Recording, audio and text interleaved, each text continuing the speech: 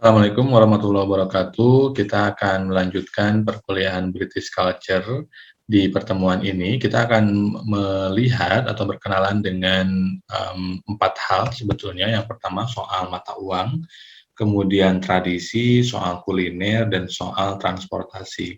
So, dalam hal ini saya menggunakan idiomatik 4C, koin, custom, culinary, dan commute. Kita mulai dengan koin terlebih dahulu. Nah, UK sebagaimana teman-teman tahu, mata uangnya adalah pound sterling, salah satu mata uang terkuat di dunia, yang per hari ini sih satu pound sterlingnya setara dengan lebih kurang Rp19.000, walaupun sebelum Brexit itu lebih tinggi lagi nilainya. Nah, uang pound sterling ini ada yang pecahannya kertas dengan nilai terbesar adalah 50 pound sterling dan nilai terkecil adalah 1 pound sterling. Selain pecahan kertas juga ada pecahan yang berbentuk logam atau koin, di mana yang terbesar nilainya angkanya adalah 2 pound sterling, yang terkecil adalah 1 penny. Nah, 1 pound sterling ini setara dengan 100 penny atau diistilahkan 100 pence gitu. Selain 1 penny ada juga 2 penny, 5 penny, 10 penny, 20 penny, dan seterusnya. Nah, walaupun ada uang kertas dan uang koin, sekarang mulai beralih lebih relatif cashless dengan kartu ATM yang dapat dipergunakan tidak hanya untuk bayar ketika mau naik kereta atau naik bis, tapi juga bisa digunakan untuk misalkan bayar belanja di supermarket yang sifatnya cashless atau yang sifatnya tanpa dilayani oleh pramuniaga gitu. Jadi kayak yang manual payment, kayak bayar sendiri menggunakan mesin yang sudah tersedia gitu.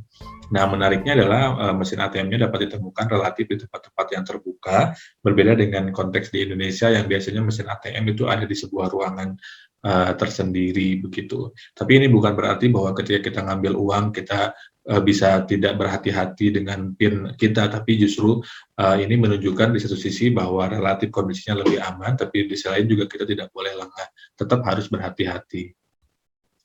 Kemudian soal custom atau tradisi, pertama adalah soal antri, masyarakat British sangat menghormati, menjunjung tinggi antrian, jadi teman-teman nggak boleh serobot-serobot antrian gitu ya. Kalau di kita mungkin memang mengantri masih jadi kita menjunjung tinggi antrian, tapi masih banyak orang yang itu tidak peduli pada antrian dan senang menyerobot. Misalkan kayak kalau teman-teman datang ke minimarket kadang-kadang suka ada 1, 2 orang yang dia menyerobot antrian. Nah, kalau di UK menyerobot antrian dianggap sangat tidak sopan gitu ya. Kemudian dalam hal menyambut atau ketemu dengan orang, kalau misalkan kita bertemu dengan orang yang kita baru kenal atau hanya sebatas kolega, maka biasanya greeting-nya sifatnya formal, biasanya dilakukan dengan jabat tangan. Tapi kalau kita dekat dengan orang tersebut, teman akrab atau saudara, itu bisa dengan ngasih pelukan. Kadang-kadang juga ada kalau misalkan ada teman akrab yang udah lama nggak ketemu atau saudara, itu juga bisa dilakukan dengan mencium salah satu pipi, entah pipi kanan ataupun pipi yang kiri gitu. Itu untuk sapaan.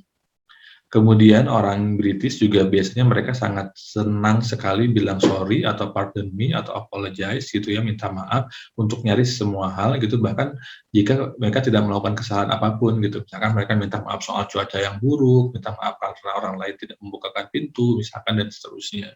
Mereka juga gemar bilang terima kasih, tapi mungkin beda, terima kasihnya biasanya nggak thank you, tapi cheers gitu ya. Jadi, ciri khas yang menjadi khas UK adalah ketika mereka bilang terima kasih, mereka menggunakan kata cheers.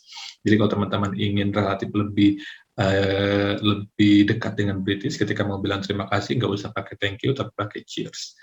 Kemudian untuk soal tipping atau ngasih tips ketika kita makan di restoran atau makan di luar, tipping ini biasanya nggak wajib, tapi memang biasanya dilakukan juga oleh beberapa orang ketika merasa puas dengan makanan atau sebuah pelayanan. Tapi di saat yang sama juga, pramusaji atau pelayan di restoran di British, mereka tidak mengharapkan tips sama sekali. Nah, kalau kamu mau memberikan tips, itu biasanya nominalnya silahkan, terserah, tapi biasanya adalah 10% dari total harga makanan gitu. Tapi sekali lagi pramusaji atau pelayannya itu mereka biasa nggak mengharapkan tips gitu. Jadi nggak apa-apa kalaupun nggak ngasih gitu. Selanjutnya ada tradisi yang sangat khas UK yaitu minum teh gitu. Ini mungkin mirip dengan Turki yang juga punya tradisi minum teh yang sangat kuat. Dan ini menarik gitu ya, Matthew bilang bahwa saking seringnya orang UK minum teh, dia bilang bahwa we drink over 150 million cup of tea a day gitu, saking banyaknya teh yang diminum gitu setiap waktu gitu. Nah, biasanya ada beberapa hal yang itu membingungkan atau common confusion atau common mistake gitu ya soal minum teh atau tea time. Yang pertama adalah bahwa banyak yang merasa atau menganggap bahwa orang British itu punya tradisi minum teh pukul 4 sore. Padahal yang benar adalah mereka minum teh kapanpun dan dimanapun, mulai sejak pagi hingga mau tidur gitu, katakanlah seperti itu. Kemudian juga tea, atau, teh itu kadang digunakan sebagai kata ganti untuk meal atau untuk makan proper, makan berat gitu. Dan biasanya ini muncul di terutama wilayah Skotlandia dan Inggris Utara, di mana, tea time itu diartikan sebagai makan malam.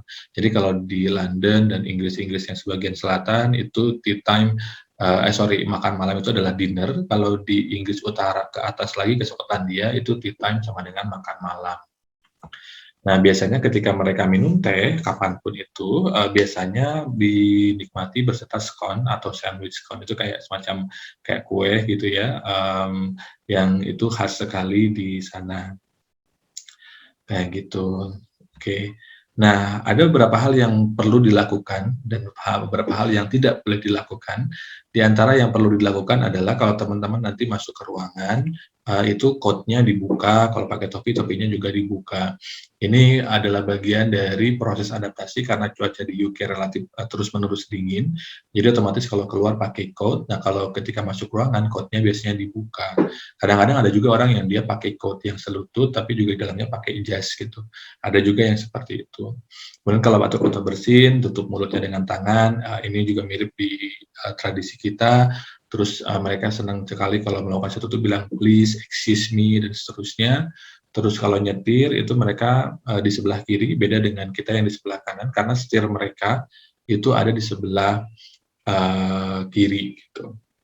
Kemudian kalau mau belanja ke supermarket, baiknya bawa kantong belanja, dan ini juga sudah mulai mentradisi di kita, di mana beberapa minimarket dan supermarket tidak lagi menawarkan plastik gratis gitu. Kalau mau beli plastik, kalau mau pakai plastik ya harus bayar gitu. Di sana juga sama. Jadi biasakan bawa kantong belanja sendiri kalau mau ke supermarket. Nah, gimana dengan yang tidak bolehnya? Kalau yang tidak bolehnya, misalkan nggak boleh nih memandangi orang lain di ruang publik gitu, karena itu dianggap tidak sopan. Terus nggak boleh juga bertanya hal yang personal, termasuk umur gitu ya. Apalagi kalau nanya, agama kamu apa gitu ya, itu nggak boleh juga gitu. Atau kamu udah nikah atau belum, itu kalau kita belum kenal-kenal banget, jangan. Jangan nanya hal yang personal gitu. Kecuali ya kalau udah mulai jadi teman gitu ya, itu silahkan. Nggak boleh berbicara ketika sedang mengunyah, terus kalau mau sendawa atau buang angin juga baiknya dilakukan di tempat yang private gitu. Terus kalau kebablasan gitu terlanjur terjadi di depan orang-orang atau orang yang ngeh gitu kita melakukan itu, biasakan minta maaf, pardon me gitu misalkan. Sekarang kita masuk ke kuliner. Kuliner di UK, di British, di Britain, itu apa aja sih? Nah, kita mulai dengan yang di Inggris. Ada roast beef, ini kalau di kita mungkin semacam steak ya. Kemudian ada Yorkshire pudding, ini puding khas di sana. Kemudian ada fish and chips, yang ini juga bisa banyak ditemukan di luar Inggris juga. Jadi ada fish-nya itu ikan, chips itu adalah kentang goreng gitu. Biasanya dengan mayones juga di sebagai katakanlah sausnya gitu.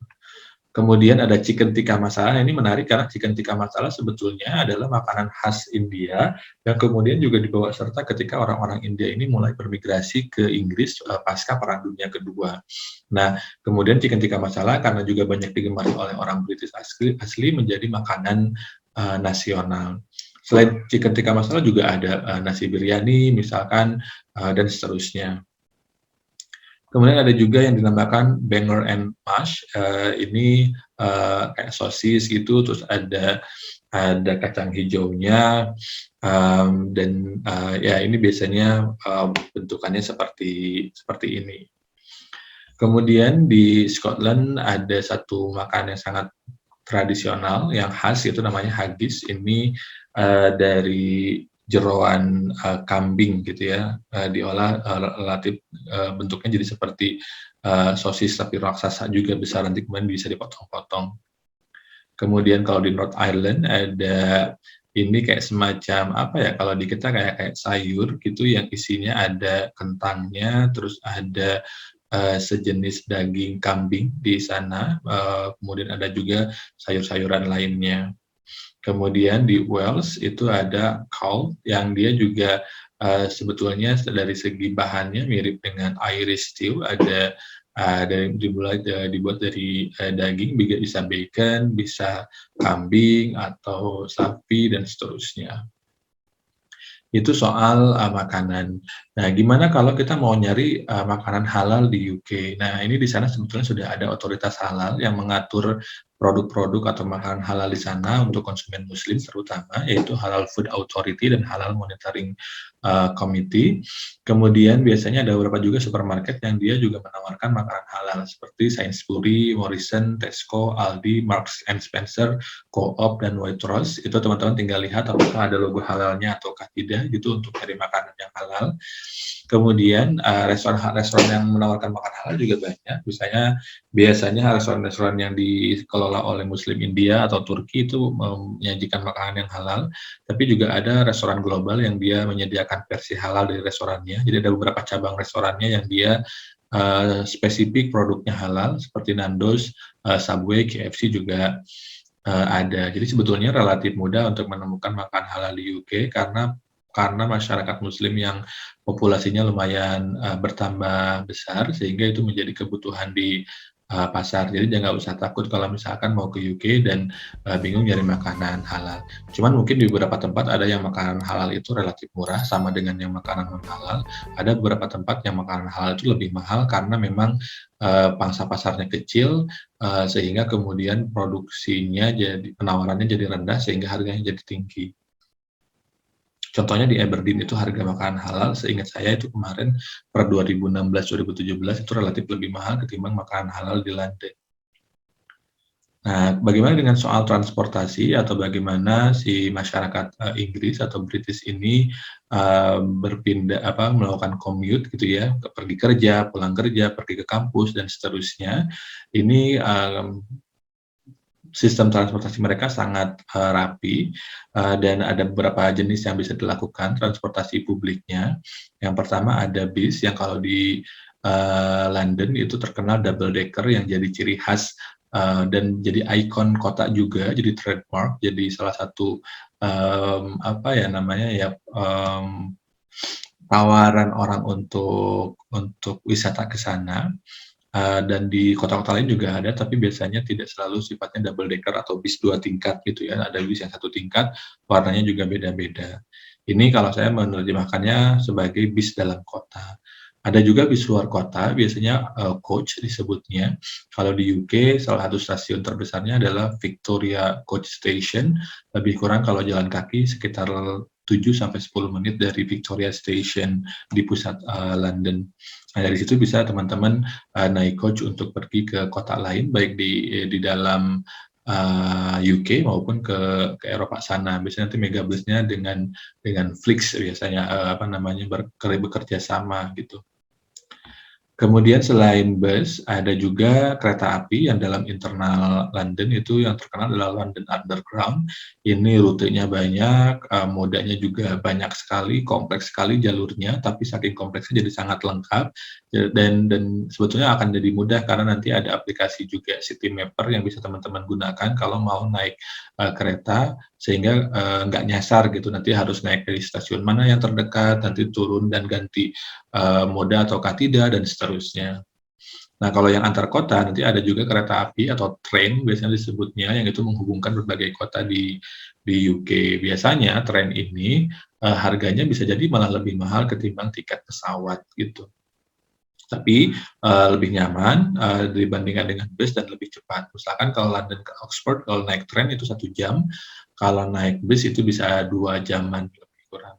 Tapi menariknya biasanya mereka kalau kita beli tiketnya online dan kita akan tahu jadwal mereka berangkat yang pasti tepat waktu dan jadwal sampai juga tepat waktu.